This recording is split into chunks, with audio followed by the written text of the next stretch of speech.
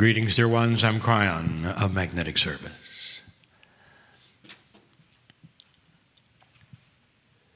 The subject of the channelings becomes closer and closer to a point which I'm going to call the discovery of a new country. And I want to lay on that for a moment, for it is a metaphor that I want you to examine. It's not realistic, dear ones, that the metaphor would be actual. For this earth has been mapped and then mapped more. You know where everything is, and truly there are no hidden land masses. So this is a metaphor. If you are a historian in archaeology, if you were any of these and you discovered something new within your own country that had never been seen before or never developed before, that was a surprise to you, it would still be something that was understandable. For if it was in your own country, it would follow the cultures and the laws of nature there. You would expect to find animals there that you recognize, perhaps even indigenous cultures that you didn't know about, but you'd find out about. It was a new discovery within your own country, because you'd know. But what if in this parable you actually discovered another continent?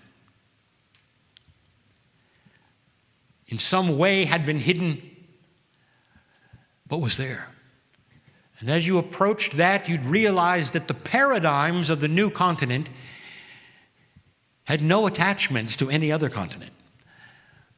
And so what was there were animals you'd never seen before. Perhaps humans who had a different kind of human nature because they had never met you.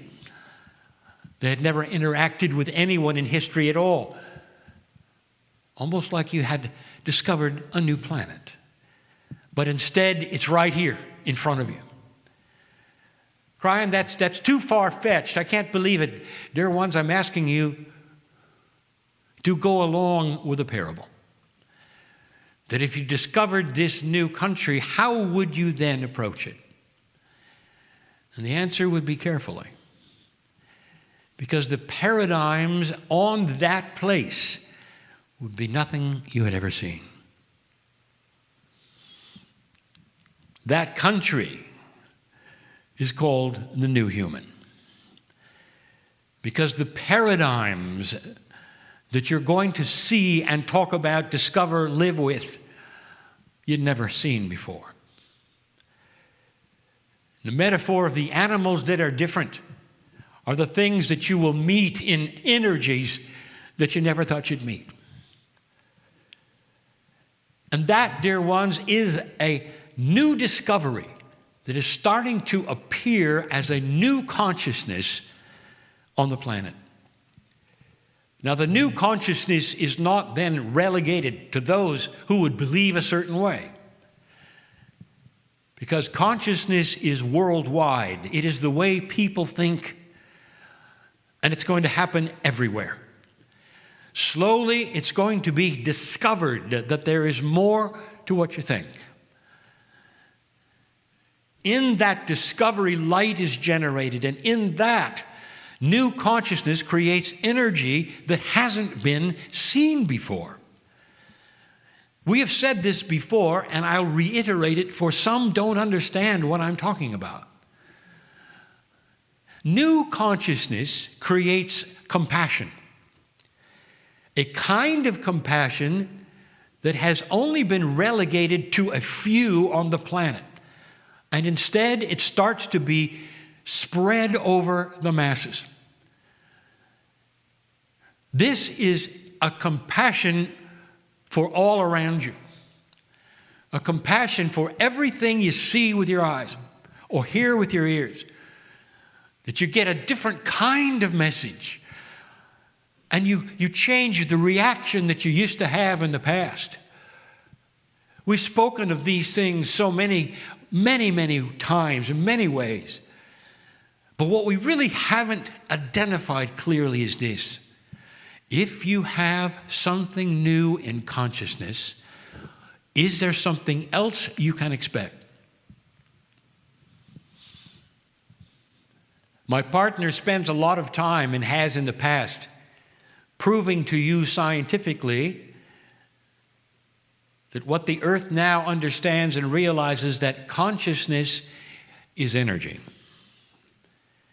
Whether it's the experiments at what you call Princeton, or that which has been done by what you call heart math, now scientists are starting to agree that consciousness has certain kinds of parameters because it affects physics. And if consciousness affects physics, therefore it must be considered energy on the playing field of physics on this planet. So what happens if you change consciousness? And the answer is the development of new energy. It's unexpected. And that development of what it is going to be more contagious in a good way, in a benevolent way, in a positive way than you ever expected. There are those who would listen to this message and say, this is a Pollyanna channel, this guy. Everything is going to be okay. Things are going to happen. Isn't it wonderful? And they'll say, well, yeah, there's 7 billion of us. How long is that going to take when only a few are involved? Well, they don't know about the new energy that is going to be created through new consciousness. That new consciousness is going to create an energy that people will see and appreciate and love and want to be part of. It's going to change everything. Business, politics, science. And it's going to push it in an exponential way because it does that. Based in love. It does that. You don't have to wait in an old paradigm the way you have now, and when people wake up to certain things and generations go by before there's a big aha. Oh yeah, let's change things. That's not what's going to happen. Change is in the air, and compassion is the driver. And it's going to create a new energy, something you haven't seen before, which will be given a name eventually, that is going to spread a compassionate push. It's going to make people back up and reanalyze, for instance, what they say and what they do. A new feeling of belonging to something that is beautiful. A new purpose. When you see a light you never saw before, you reevaluate the darkness. This is the new energy that I speak of. This is the undiscovered country. And so this new country, this new consciousness, you tread lightly in because you really don't know how it works. But eventually you'll find out. It is beautiful and it is new. And eventually you will also realize that history will not repeat itself because of what you're doing now. And things that change around you will be remarkable that you never expected. And they will push the envelope of what you ever thought could be in this, a culture you thought you knew well. This is the future. As fast or slow as the ones in this room desire. But it is here. The snowball is rolling. And so it is.